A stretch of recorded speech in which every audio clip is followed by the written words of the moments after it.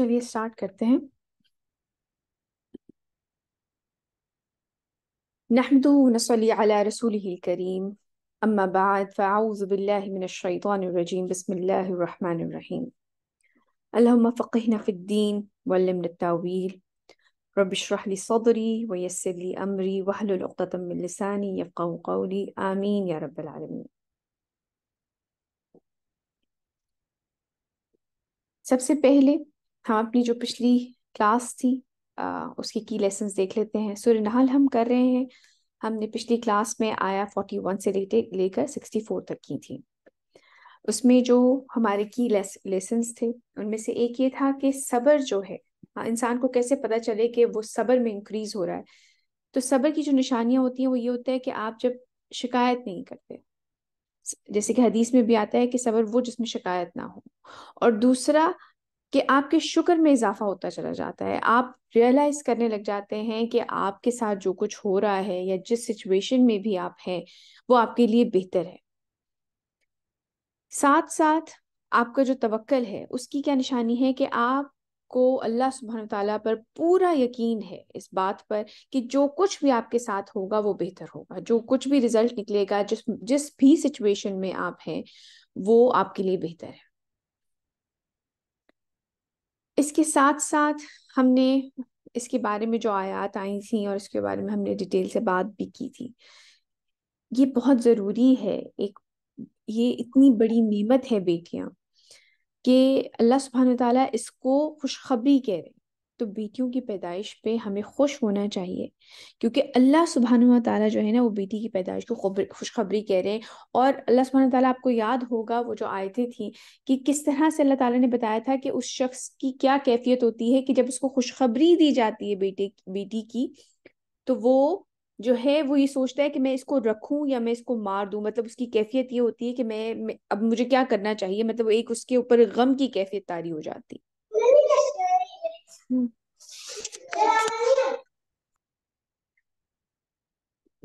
اب ہم جو آج کی ہماری آیات ہیں ان کو سٹارٹ کرتے ہیں، لیکن اس سے پہلے جو ہے میں آپ سے دو اہم باتیں کرنا چاہوں گی. دیکھیے قرآن جو ہے نا، اللہ سبحانہ تعالیٰ ہمیں قرآن میں مختلف طریقے سے مختلف ایگزامپلس سے بات سمجھاتے ہیں. یہ چیز ہم جانتے ہیں کہ جو ہمارا دین ہے وہ غیب کے اوپر ایمان ہے، یعنی کہ اللہ سبحانہ تعالیٰ کو ہم دیکھ نہیں سکتے، فرشتوں کو ہم دیکھ نہیں سکتے، ہم نے جنت دوزخ کو کبھی دیکھا نہیں ہے. تو ہمارے لیے یہ ساری چیزیں جو ہیں وہ غیب کا علم ہے، حتیٰ کہ ہم نے رسول اللہ صلی اللہ علیہ وسلم کو بھی دیکھا نہیں. تو ہمارے لیے جو گائیڈنس ہے، ہمارے لیے جو ایمان لانے والی چیز ہے وہ قرآن ہے اور رسول اللہ صلی اللہ علیہ وسلم کی حدیث ہے. تو ان چیزوں کو سمجھانے کے لیے اللہ سبحانہ وتعالیٰ کیونکہ غیب میں ہے، ہم انہیں دیکھ نہیں سکتے، لیکن ان کو پہچانیں گے کیسے؟ وہ ان کی ڈفرینٹ نشانیوں سے ہم انہیں پہچانتے ہیں، اور یہی طریقہ اللہ سبحانہ وتعالیٰ قرآن میں استعمال کرتے ہیں. اور اس کو ڈفرینٹ طریقوں سے، کبھی کمپیریزن کر کے، کبھی دنیاوی انسانوں کے درمیان کی اگزامپل دے کر، کبھی اپنی نشانیاں جو نعمتیں اللہ سبحانہ وتعالیٰ کی ہیں اس کے بارے میں ہمیں بتا کر. تو انڈیکیشنز ہیں، جیسے کہ اگر کوئی آپ سے پوچھے کہ آپ ہوا کو دیکھ سکتے ہیں، تو نہیں، آپ ہوا کو دیکھ نہیں سکتے.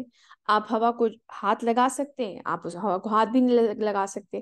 جو ہماری 5 سینسز ہیں، آپ اس کو ٹیسٹ کر سکتے ہیں؟ نہیں، آپ اس کو ٹیسٹ بھی نہیں کر سکتے. آپ اس کو دیکھ بھی نہیں سکتے، آپ اس کو ٹچ بھی نہیں کر سکتے، آپ اس کو سونگھ بھی نہیں سکتے. تو پھر آپ ہوا کو کیسے پہچانتے ہیں؟ کیسے پہچانتے ہیں آپ ہوا کو؟ محسوس کر کے. محسوس کرتے ہیں آپ.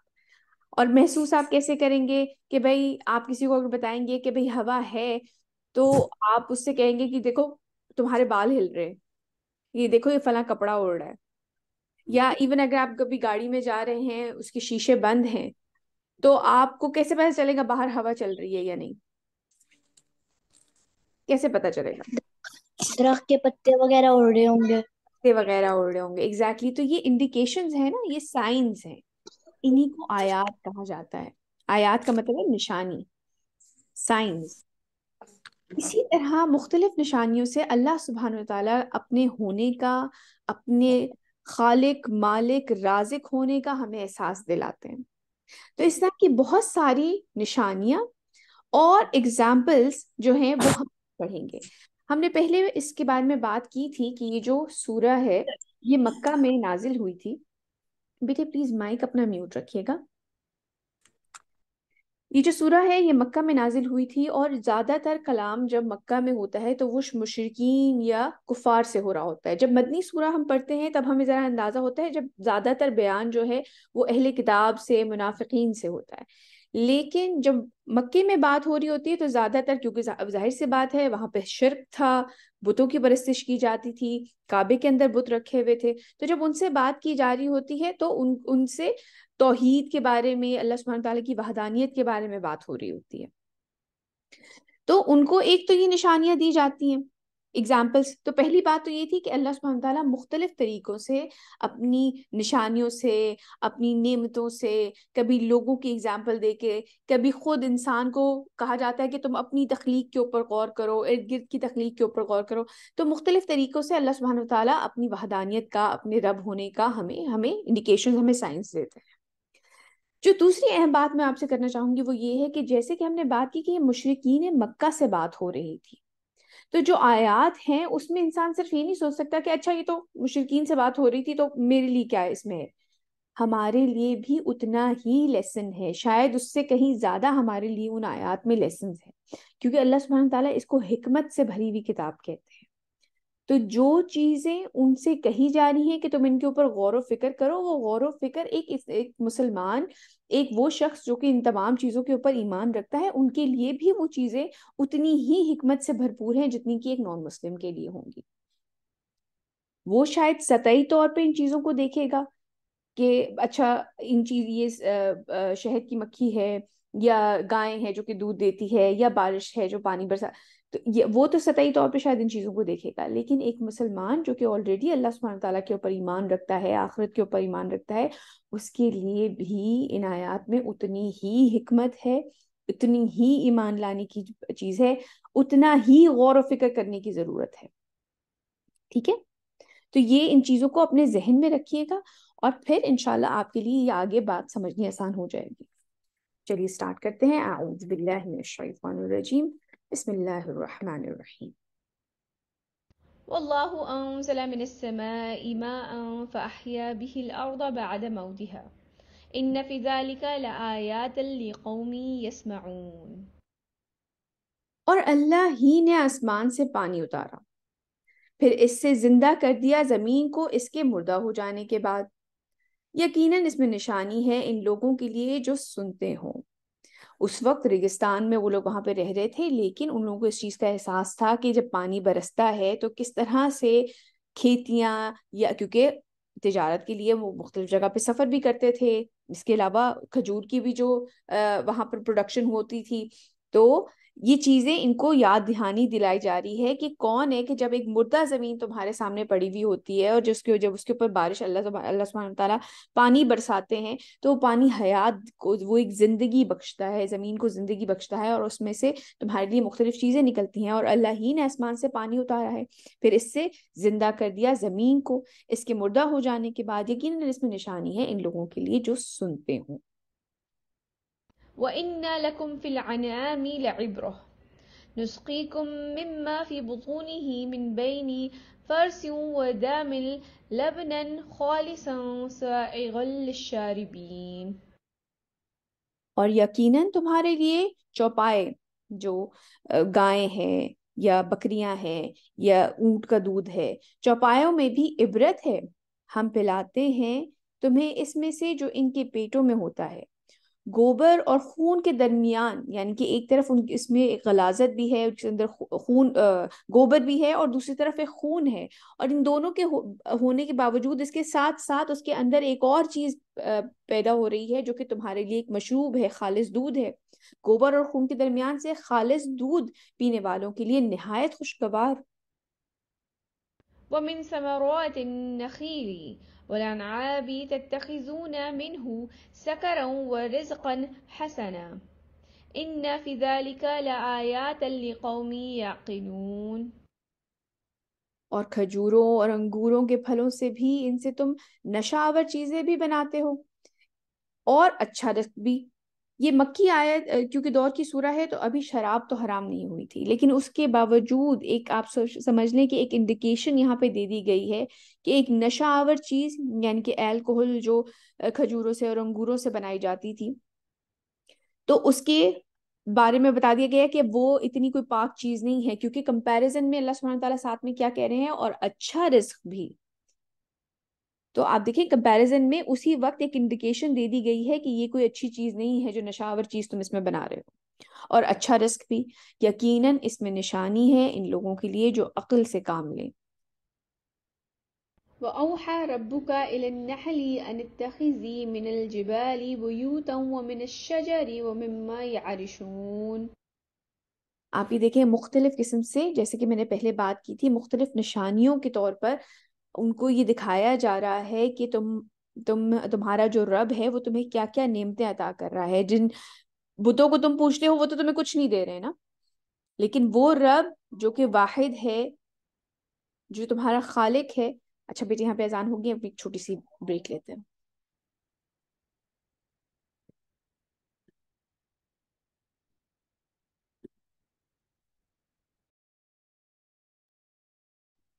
اور آپ کے رب نے وحی کی شہد کی مکھی کی طرف کہ گھر بنا پہاڑوں میں، درختوں میں، اور لوگ انگوروں کی بیلوں کی جو چھتریاں ہیں بناتے ہیں ان میں بھی.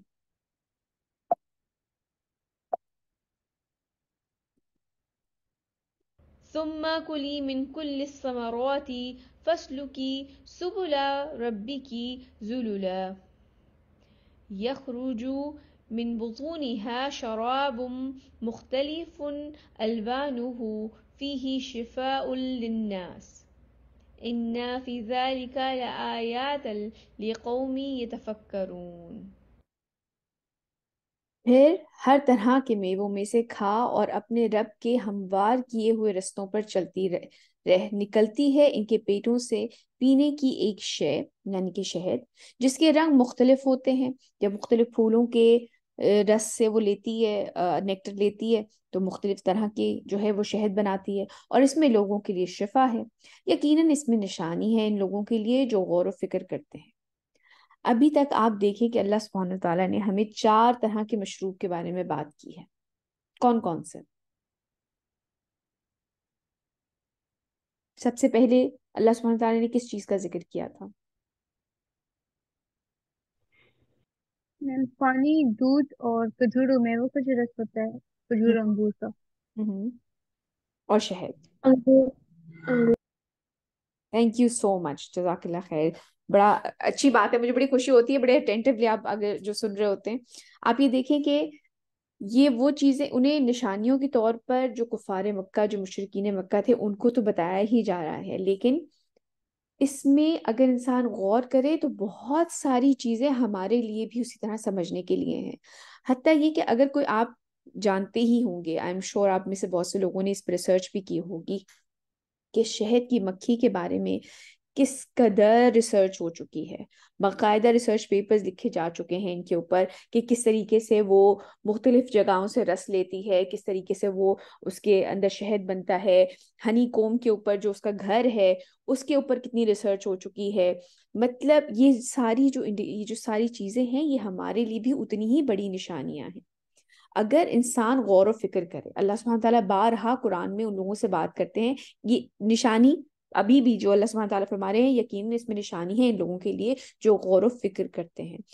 یعنی کہ آپ دنیا میں کہیں بھی دیکھ رہے ہوں، آپ گائے کو دیکھیں تو آپ کو اللہ سبحانہ تعالیٰ یاد آتے ہیں، آپ بارش دیکھیں تو آپ کو اللہ سبحانہ تعالیٰ یاد آئیں، آپ شہد کھا رہے ہیں، شہد کی مکھی کو دیکھ رہے ہیں تو آپ کو اللہ سبحانہ تعالیٰ یاد آ رہے ہیں، آپ انگور دیکھ رہے ہیں، آپ کھجور دیکھ رہے ہیں. یہ ساری نشانیاں ہیں جو کہ اللہ سبحانہ تعالیٰ کی بکھری ہوئی ہیں ہمارے ارد گرد. مسئلہ یہ ہے کہ ہم اس وقت اپنی ڈیوائسز میں، اپنی زندگی کی ایک خاص قسم کی روٹین کے اندر اتنے مصروف ہو گئے ہیں کہ ہم یہ ان سائنس کو نہیں دیکھ پاتے، ان کا لطف نہیں اٹھا پاتے. اگر آپ ان کی ریسرچ کے بارے میں پڑھیں، ان کی ان ڈیپتھ اسٹڈی ان کے بارے میں کریں، تو آپ کو اندازہ ہوگا کہ یہ کتنی میریکلس کریشنز ہیں. مطلب ہمیں تو، ہمارے لیے تو ہے نا کہ جی صبح ناشتے میں یا کسی کھانے میں اچھا جی شہد کھا لیا، یا صبح ناشتے میں اچھا دودھ پینا ہے، یہ چائے کے لیے دودھ ڈال دیا، یہ تو ہمارے لیے ایک روٹین کی چیزیں ہو گئی ہیں. لیکن ان کی پروڈکشن، ان کا ہمارے تک پہنچنا، یا ان کا کس طریقے سے پیدا ہونا، یا ان میں جو شفا ہے، ہم ان چیزوں تک ہمیں پہنچنا چاہیے. ان ریسرچز کو پڑھنا چاہیے ایک مسلمان کو. آگے چلتے ہیں. والله خلقكم ثم يتوفاكم ومنكم من يرد إلى أرذل العمر لكي لا يعلم بعد علم شيئا إن الله عليم قدير. اور اللہ ہی نے تمہیں پیدا کیا، پھر وہی تمہیں وفات دے گا، اور تم میں سے کچھ ایسے بھی ہیں جو ناکارہ عمر کو لوٹا دیے جاتے ہیں. جب میں یہ آیتیں پڑھ رہی تھی تو مجھے خیال آ رہا تھا کہ واقعی انسان کے اندر نا ایک عمر، ایک کچھ لوگوں تک، کچھ لوگ، سب تو نہیں لیکن کچھ لوگ واقعی ایسی عمر تک پہنچتے ہیں جبکہ واقعی انہیں اپنے بارے میں کچھ ہوش نہیں رہتی، لوٹا دیے جاتے ہیں کہ نہ جانے علم رکھنے کے بعد کچھ بھی. یعنی کہ ایک عمر ہوتی ہے جب وہ دوسروں کو مشورہ دے رہے ہوتے ہیں، خود ایک انہوں نے تعلیم حاصل کی ہوئی ہوتی ہے، یا ان کا اپنا زندگی کا ایکسپیرینس ایسا ہوتا ہے، لیکن ایک وقت ایسا آتا ہے کہ وہ بالکل ایک انہیں اپنے بارے میں بھی کچھ ہوش نہیں ہوتا. یقیناً اللہ جاننے والا، قدرت والا ہے. آئی ایم شیور آپ لوگوں کو اس بارے میں پتا ہوگا کہ ایجنگ اس دنیا میں وہ ٹاپک ہے، ان ٹاپکس میں سے ہے جس کے اوپر سب سے زیادہ ریسرچ ہوئی ہے اب تک، کہ کیا وجہ ہے کہ ایک انسان پیدا ہوا، اس نے اپنی ڈیولپمنٹل سٹیجز، جو اس کی نشو و نما، جو پرورش اس نے پائی، اس کی مختلف سٹیجز سے وہ گزرتا ہے، اور وہ بڑھ رہا ہے، اور وہ عقل میں بھی بڑھ رہا ہے، اور وہ شعور میں بھی بڑھ رہا ہے، اور اسے اپنے ارد گرد وہ تعلیم حاصل کر رہا ہے، گرو کر رہا ہے، اوور آل اس کی پوری ایک نشو و نما ہو رہی ہے. اور کیا وجہ ہے کہ ایک ایج پہ، ایک وقت پر آ کے اس کے اوپر سٹاپ لگ جاتا ہے، اور وہ ڈکلائن کی طرف، وہ نیچے گرنا شروع ہو جاتا ہے، اس کی عقل کام کرنا کم کرنا شروع کرتی ہے، اور ہوتے ہوتے ہوتے ہوتے ختم ہو جاتی ہے. کیوں؟ اس کے جسم میں ایک وقت جان ہے، وہ خوراک بھی لے رہا ہے، سب کچھ کھا رہا ہے، وہی سب کچھ دودھ پی کے اسی طرح اسٹرانگ جو بچہ ہو رہا ہے، کیوں ایک بوڑھا اس طریقے سے وہ اسٹرانگ نہیں ہو رہا؟ کیوں جسم کے اندر ایبزارپشن کم ہو جاتی ہے؟ یہ چیزیں اللہ سبحانہ تعالیٰ کی نشانیاں ہیں. آپ دیکھیں نا کہ اگر ایک بچہ گرو ہوتے ہوتے ایک جوان انسان بنتا ہے، اور اسی طرح وہ وہی خوراک کھا رہا ہے، وہی علم لے رہا ہے، وہی سب کچھ لگ رہا ہے، اس کے باوجود ایک جگہ کیوں ایسا سٹاپ لگتا ہے کہ وہ ڈکلائن کی طرف آنا شروع ہو جاتا ہے؟ وہ نیچے گرنی، اس کی عقل بھی، اس کا شعور بھی، اپنے بارے میں بھی، حتیٰ یہ کہ اس کی وہ حالت ہو جاتی ہے کہ اس کو اپنے بارے میں کچھ، جس کو اللہ سبحانہ تعالیٰ ناکارہ عمر کہہ رہے ہیں، اس کے بارے میں حدیث میں جو رسول اللہ صلی اللہ علیہ وسلم کی دعائیں ہیں، آپ نے پناہ مانگی ہے ایسی عمر سے، جو ناکارہ عمر کی طرف لوٹا دیا جاتا ہے. اس سے مجھے ایک تو یہ ہمارے لیے بہت بڑا لیسن ہے اس میں کہ انسان کس بات پہ اترائے، کیونکہ جو ہمارے ارد گرد ہمارے بزرگ ہیں، وہ ہمارے لیے ایک وقت آئے گا جب ہم بھی انہی کی سٹیج پر ہوں گے.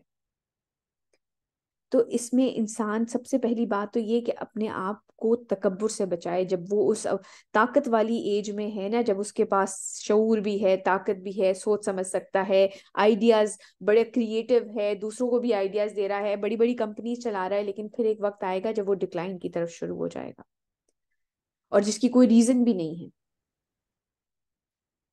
اس سے مجھے خیال آتا ہے، ہماری ایک تھی، ہماری ایک رشتہ دار، اور وہ واقعی اس عمر تک پہنچ گئی تھیں جب انہیں اپنے بارے میں کچھ شعور ہی نہیں رہا تھا. وہ وہاں پہ بیٹھی رہتی تھی، مسکراتی رہتی تھی، ان سے جب ہم ملتے تھے، اور مینٹلی جو تھی وہ پری پارٹیشن کی ایج میں چلی گئی تھی، یعنی کہ 1947 سے پہلے کی ایج میں چلی گئی تھی مینٹلی. تو وہ اپنے آپ کو نا بہت چھوٹا سمجھتی تھی، اور جو ان کی شادی تھی وہ 9 سال کی تھی جب ان کی شادی ہو گئی تھی، کیونکہ اس وقت میں تو بہت ارلی ایج میں شادی ہو جایا کرتی تھی.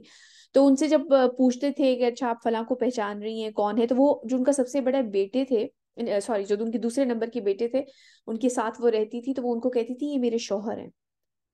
تو واقعی ایک وقت ایسا آتا ہے کہ انسان کی عقل جو ہے وہ بالکل ایک ناکارہ عمر تک وہ پہنچ جاتا ہے کہ اسے کچھ اپنے بارے میں کچھ علم نہیں رہتا. جیسے کہ اللہ تعالیٰ کہہ رہے ہیں کہ نہ جانے علم رکھنے کے بعد کچھ بھی، اسے کچھ اپنے بارے میں ہوش، کچھ شعور ہی نہیں رہتا. تو اس میں ہمارے لیے بہت بڑا ایک اللہ سبحانہ تعالیٰ کی طرف سے سائن تو ہے ہی کہ کیا وجہ ہے کہ ایک بچہ بڑا ہوتے ہوتے ایک ڈکلائن کی طرف ایک دم سے جوان بن کے ڈکلائن کی طرف شروع ہو جاتی ہے اس کی. اور دوسرا یہ کہ انسان کس چیز کے اوپر تکبر کرے. ایک وقت ایسا آئے گا جب کہ اسے اپنا بھی ہوش نہیں رہے گا. آگے چلتے ہیں. والله فضل بعدكم على بعد في الرزق فما الذين فضلوا براد رزقهم على ما ملكت أيمانهم فهم فيه سواء أفبنعمة الله يجهدون. اور اللہ نے تم میں سے بعض کو بعض پہ رزق میں فضیلت دی ہے. یہ اللہ سبحانہ تعالیٰ کی ڈسٹریبیوشن ہے. وہ جس کو چاہتا ہے رزق عطا کرتا ہے، جس کو چاہتا ہے کم عطا کرتا ہے، جس کو چاہتا ہے زیادہ عطا کرتا ہے. اس میں کوئی اس طرح سے کمپیریزن والی بات نہیں ہے. تو نہیں ہے وہ لوگ جنہیں رزق میں فضیلت دی گئی ہے لوٹانے والے اپنے رزق اپنے غلاموں کو کہ وہ ہو جائیں اس میں برابر. تو کیا یہ لوگ اللہ کی نعمتوں کا انکار کر رہے ہیں؟ اچھا، جن کی تفسیر میں پڑھ رہی تھی اور میں نے جتنی بھی اس آیت سے ریلیٹڈ جب میں اس کو پریپیئر کر رہی تھی جتنی بھی تفاسیر میں نے پڑھی ان تمام میں جو اس کی جو انہوں نے اس کی تعبیر کی تھی وہ یہ ہے کہ اللہ سبحانہ تعالیٰ بیسیکلی انسان کو سمجھا یہ رہے ہیں اس میں کہ اگر تم نہیں چاہتے کہ تمہارے غلام تمہارے برابر آئیں تو پھر یہ تم نے کیسے گھڑ لیا ہے کہ تم نے میری ہی مخلوق کو میرے برابر خدا بنا لیا ہے. یہ اللہ کا قانون ہے کہ ڈفرینٹ طریقے سے اللہ سبحانہ تعالیٰ نے ڈسٹریبیوشن کی ہوئی ہے. بلکہ ایک تفسیر میں تو انہوں نے بڑا اچھا کلیئرلی اس چیز کو لکھا ہوا تھا کہ کچھ لوگوں نے اس چیز کی تعبیر یہ کر لی ہے کہ ہمیں اپنے غلاموں کو اتنا مال دینا چاہیے کہ وہ جو ہے سارا یہ جو کلاس ڈفرینس ہے یہ ختم ہو جائے. بیٹا مشی آپ پلیز اپنا مائک میوٹ کر کے رکھیے کیونکہ کئی دفعہ آواز آتی ہے تو ریکارڈنگ میں مسئلہ ہوتا ہے. Thank you. تو اس آیت کا مطلب یہ ہرگز نہیں بنتا کہ آپ ان کو جو ہے اس طرح سے مال ڈسٹریبیوٹ آپ خود سے کرنا شروع کر دیں کہ برابری آ جائے. کیونکہ یہ اللہ سبحانہ تعالیٰ نے خود کہا ہے کہ اللہ نے تم میں سے بعض کو بعض پہ رزق کی فضیلت دی ہے. کیونکہ ایک اور جگہ سورہ روم میں آیت نمبر 28 ہے اس میں اللہ سبحانہ تعالیٰ فرماتے ہیں جو کچھ ہم نے تمہیں دے رکھا ہے کیا اس میں تمہارے غلاموں میں سے بھی کوئی تمہارا شریک ہے. یعنی کہ تم دنیا میں تو اپنے شریک نہیں بناتے. تم دنیا میں تو یہ کلاس ڈفرنس بڑے آسانی سے تمہارے دماغ میں ہے کہ جی اچھا یہ کلاس ڈفرنس رہنی چاہیے. تو پھر تم اللہ سبحانہ تعالیٰ کی شریک کیوں بنا دیتے ہو ان کی مخلوق میں سے انسانوں کو یا جانوروں کو یا کسی اور مخلوق کو پودوں کو درختوں کو کیوں اللہ سبحانہ تعالیٰ کا مد مقابل ان کے ساتھ لا کے کھڑا کر دیتے ہو. والله السلام جعل علیکم. لكم من أنفسكم أزواجا وجعل لكم من أزواجكم بنين وحفدة ورزقكم من الطيبات أفبالباطل يؤمنون وبنعمة الله هم يكفرون. جی بیٹے آپ میں سے کوئی کچھ کہنا چاہ رہا تھا؟ یس میم، یہ جو پریویس جو آیت تھی اس کے اندر جو لفظ رزق تھا آپ اس کی ایکسپلینیشن دے سکتے ہیں کہ رزق میں کیا کیا چیزیں انکلوڈ ہوتی ہیں؟ بیٹے رزق میں جو مفسرین کہتے ہیں رزق میں نہ ہی صرف کھانا انکلوڈڈ نہیں ہے. رزق میں عقل بھی ہے، رزق میں آپ کی اولاد بھی ہے، رزق میں مطلب ملٹیپل چیزیں جو بھی نعمتیں آپ کو دی گئی ہیں وہ رزق کی کیٹیگری میں ہی آتی ہیں. تو اللہ سبحانہ تعالیٰ جو فرما رہے ہیں کہ اور اللہ نے تم میں سے بعض کو بعض پر رزق میں فضیلت دی ہے. تو کوئی انٹلیکچولی بہتر ہے، کوئی فائنینشلی بہتر ہے، مختلف کوئی اولاد میں کسی کے پاس کم ہے کسی کے پاس زیادہ ہے. تو اللہ سبحانہ تعالیٰ رزق کو جو مفسرین کہتے ہیں اور رزق میں مختلف چیزیں آ جاتی ہیں، اولاد، مال، عقل، کھانا ان اٹ سیلف. تو یہ ساری چیزیں رزق میں ہی آتی ہیں. ٹھیک ہے،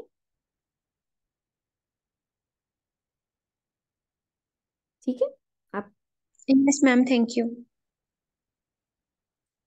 اور اللہ نے تمہارے لیے تمہاری ہی نوع سے بیویاں بنائیں اور بنائے تمہارے لیے تمہاری بیویوں سے بیٹے اور پوتے اور رزق دیا تمہیں پاکیزہ چیزوں سے تو کیا یہ لوگ باطل پر ایمان رکھتے ہیں اور اللہ کی نعمتوں کا وہ انکار کرتے ہیں؟ ويعبدون من دون الله ما لا يملك لهم رزقا من السماوات والأرض شيئا ولا يستطيعون.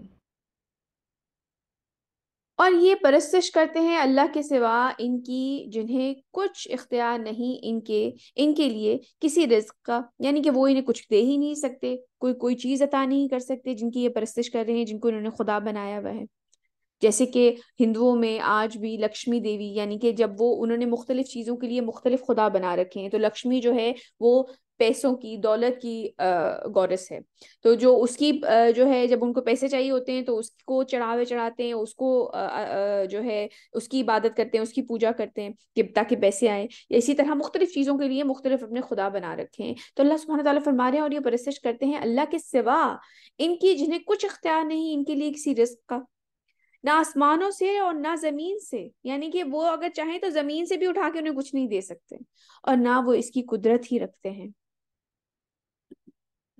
فلا تضربوا لله الأمثال إن الله يعلم وأنتم لا تعلمون.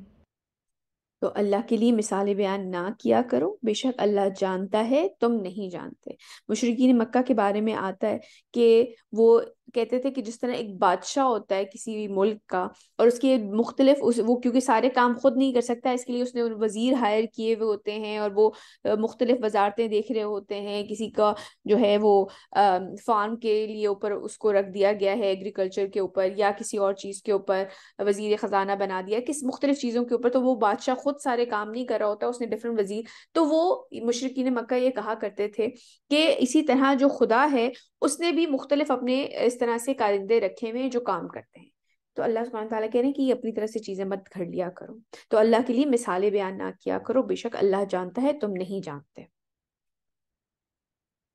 ضرب الله مثلا عبدا مملوكا لا يقدر على شيء ومن رزقناه منا رزقا حسنا فهو ينفق منه سرا وجهرا هل يستوون الحمد لله بل أكثرهم لا يعلمون. جیسے کہ میں نے کلاس کے شروع میں ہی کہا کہ اللہ سبحانہ تعالیٰ مختلف طریقوں سے اپنی نشانیاں بتاتے ہیں، یا اپنی وحدانیت کے اوپر جو ایمان لانے کی دعوت دی جاتی ہے تو اس کو مختلف طریقوں سے سمجھاتے ہیں. تو جیسے کہ ہم نے پہلے اللہ سبحانہ تعالیٰ کی جو نعمتیں تھیں ان کے بارے میں بات کی، اب اللہ سبحانہ تعالیٰ ہمیں ایک ایگزامپل سے یہی چیز سمجھا رہے ہیں. اللہ نے مثال بیان کی ہے ایک غلام مملوک کی، یعنی کہ ایک غلام ہے جو اختیار نہیں رکھتا کسی چیز پر بھی، اور ایک وہ ہے جس کو ہم نے اپنے پاس سے بہت اچھا رزق دیا ہے اور وہ اس میں سے خرچ کرتا ہے، چھپ کر بھی اور اعلانیہ بھی. کیا یہ دونوں برابر ہیں؟ کل تعریف اور شکر اللہ کے لیے ہے، لیکن ان کی اکثریت علم نہیں رکھتی. مطلب جو کمپیریزن جس طرح کی دنیا میں ہے، یہ ایک غلام ہے جو کہ خود کچھ بھی نہیں کر سکتا، اس کے اوپر کوئی کسی چیز کا اختیار نہیں ہے، اور دوسرے کمپیریزن میں ایک شخص ہے جس کو اللہ تعالیٰ نے مال دیا ہے، اچھا رزق دیا ہے، اور اس میں سے چھپا بھی اور اعلانیہ خرچ کرتا ہے. کیا یہ دونوں برابر ہو سکتے ہیں؟ تو پھر تم کیسے ایک مخلوق کو میرے برابر لے کے آ کے کھڑا کر دیتے ہو؟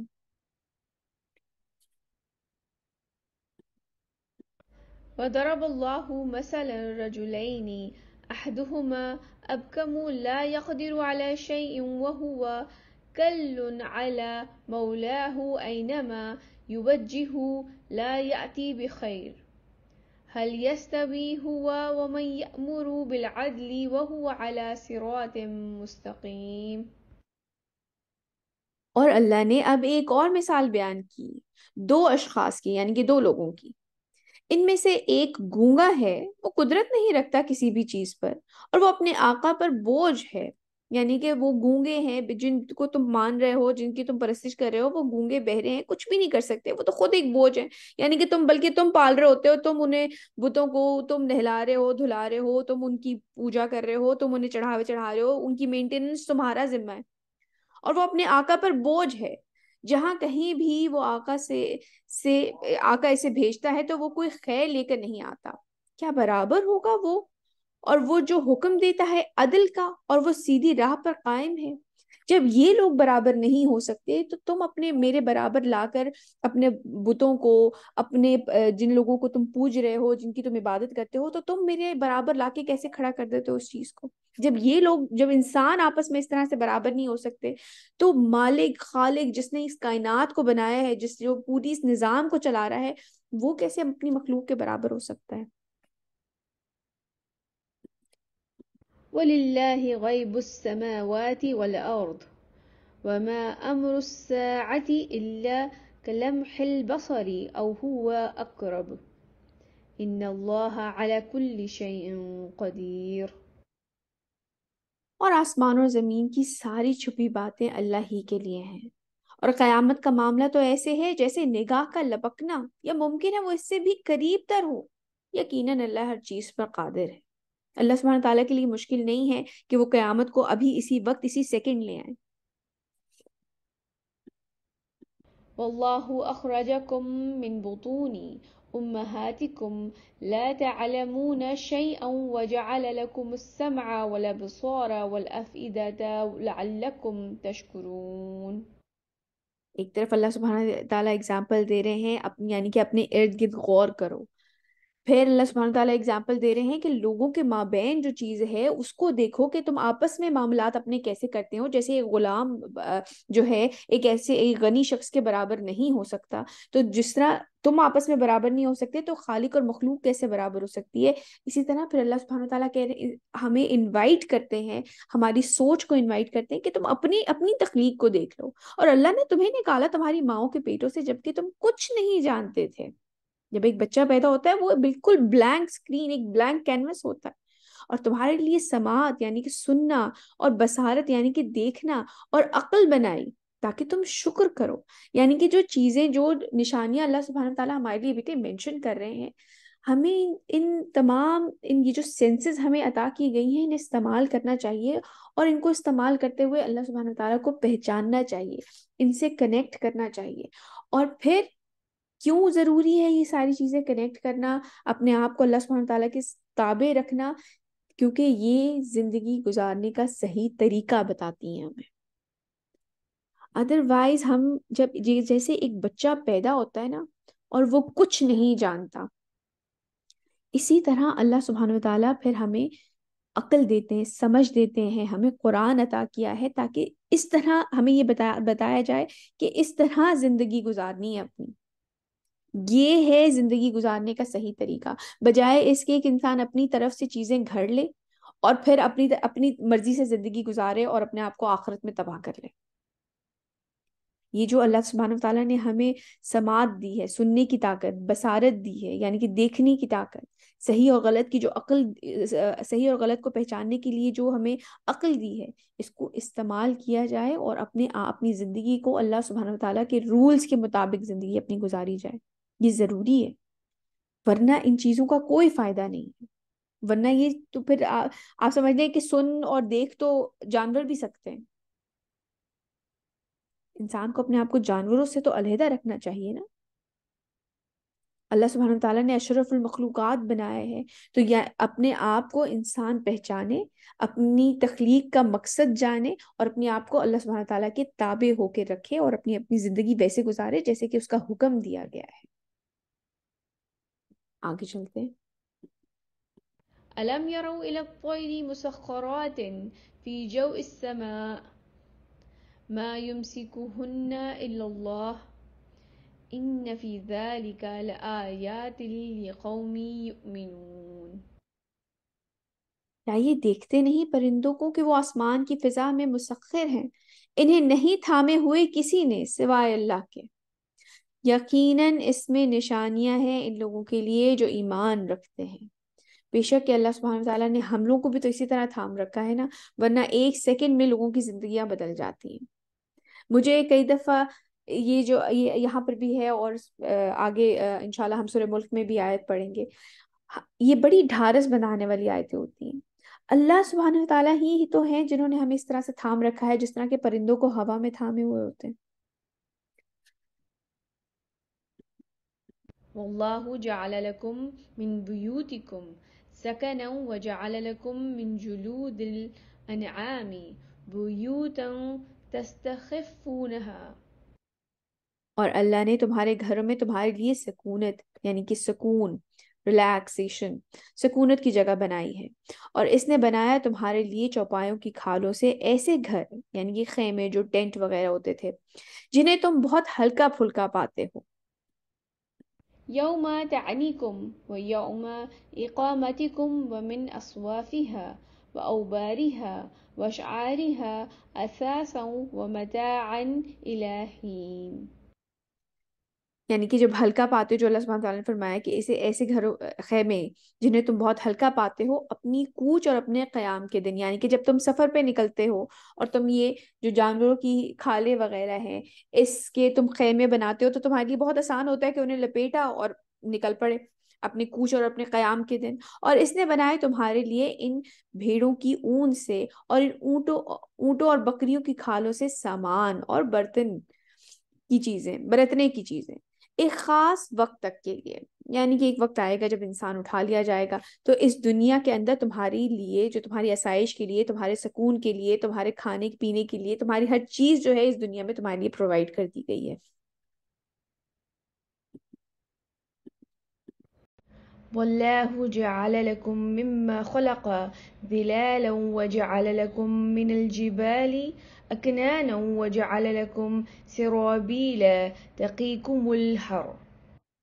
اور اللہ ہی نے بنایا تمہارے لیے اپنی پیدا کردہ چیزوں سے سایہ، اور اسی نے بنائے تمہارے لیے پہاڑوں کے اندر پناہ گاہیں، اور بنائے تمہارے لیے ایسے لباس جو تمہیں بچاتے ہیں گرمی سے، وسرابيل تقيكم بأسكم كذلك يتم نعمته عليكم لعلكم تسلمون. اور ایسے لباس یعنی کہ جو فائٹنگ کے لیے ہوتے ہیں، اور ایسے لباس جو تمہیں بچاتے ہیں تمہاری لڑائی میں، اسی طرح وہ اتمام فرماتا ہے اپنی نعمتوں کا تم پر تاکہ تم اطاعت کی روش اختیار کرو۔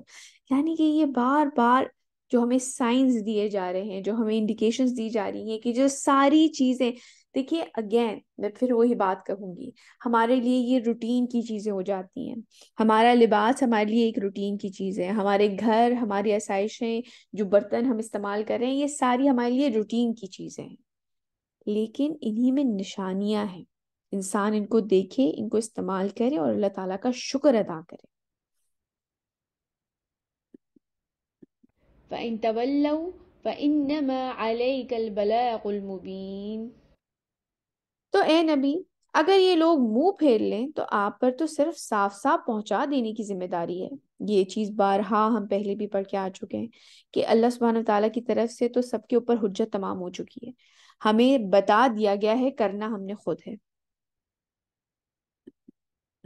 يعرفون نعمة الله ثم ينكرونها وأكثرهم الكافرون. یہ لوگ اللہ کی نعمتوں کو پہچانتے ہیں پھر منکر ہو جاتے ہیں، اور ان میں اکثر ناشکرے ہیں۔ ويوم نبعث من كل أمة شهيدا ثم لا يؤذن للذين كفروا ولا هم يستعتبون. اور جس دن ہم اٹھائیں گے ہر امت میں سے ایک گواہ، پھر کافروں کو نہ بولنے کی اجازت ملے گی اور نہ ہی ان کو عذر پیش کرنے کا موقع دیا جائے گا۔ یعنی کہ اس وقت حجتیں تو پیش کریں گے، جیسے کہ ہم قرآن میں بھی پڑھ کے آ چکے ہیں کہ اس وقت کہیں گے کہ اچھا نہیں، ہمیں دوبارہ بھیج دیں اور ہم اپنے اعمال درست کر لیں گے، یا اس جو ہے ہم یہ بھی پڑھ کے آ چکے ہیں کہ کہا جائے گا کہ جو ہمارے سے پہلے لوگ آئے تھے انہوں نے ہمیں گمراہ کیا تھا، ان کو پکڑا جائے۔ تو اس طرح کی حجتیں تو وہ پیش کر رہے ہوں گے، لیکن ان کے لیے کوئی معافی یا توبہ کا موقع نہیں ہوگا۔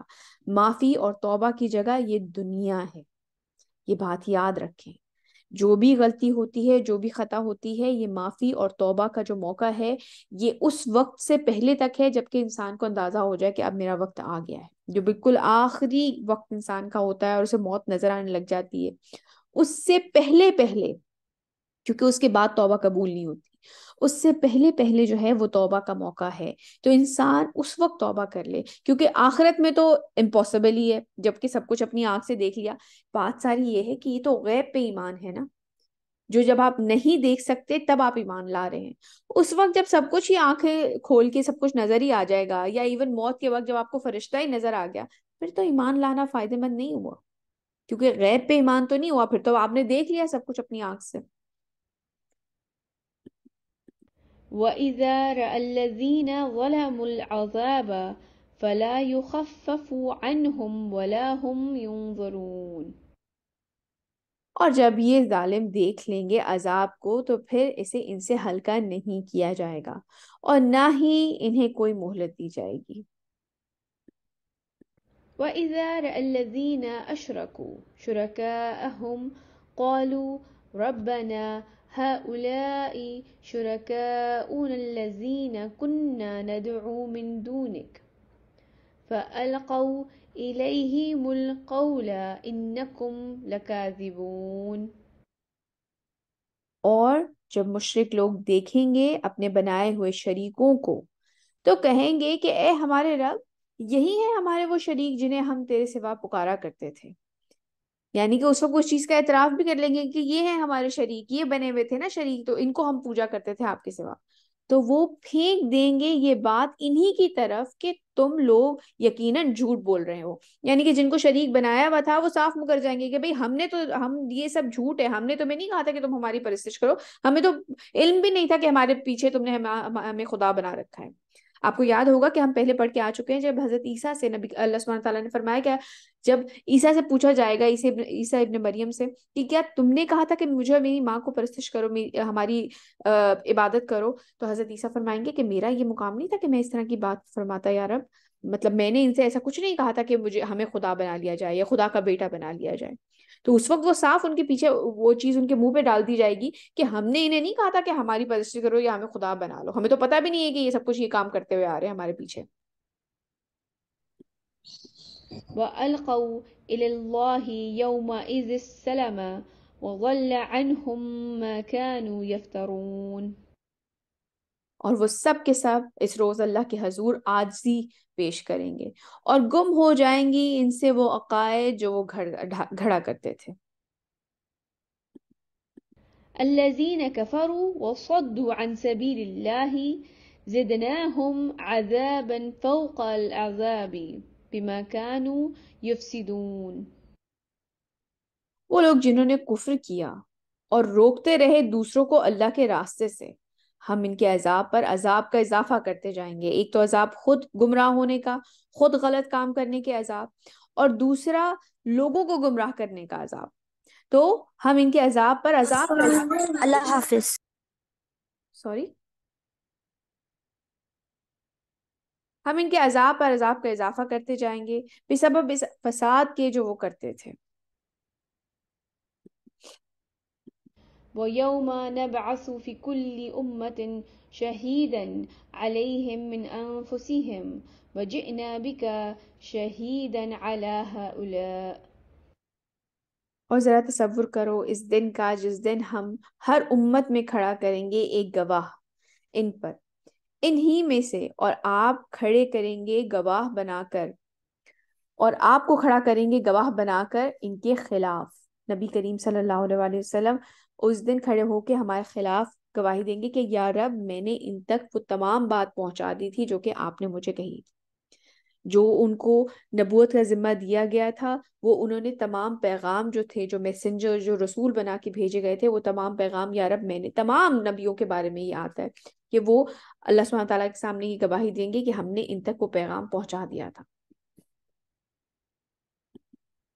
ونزلنا عليك الكتاب تبيانا لكل شيء وهدى ورحمة وبشرى للمسلمين.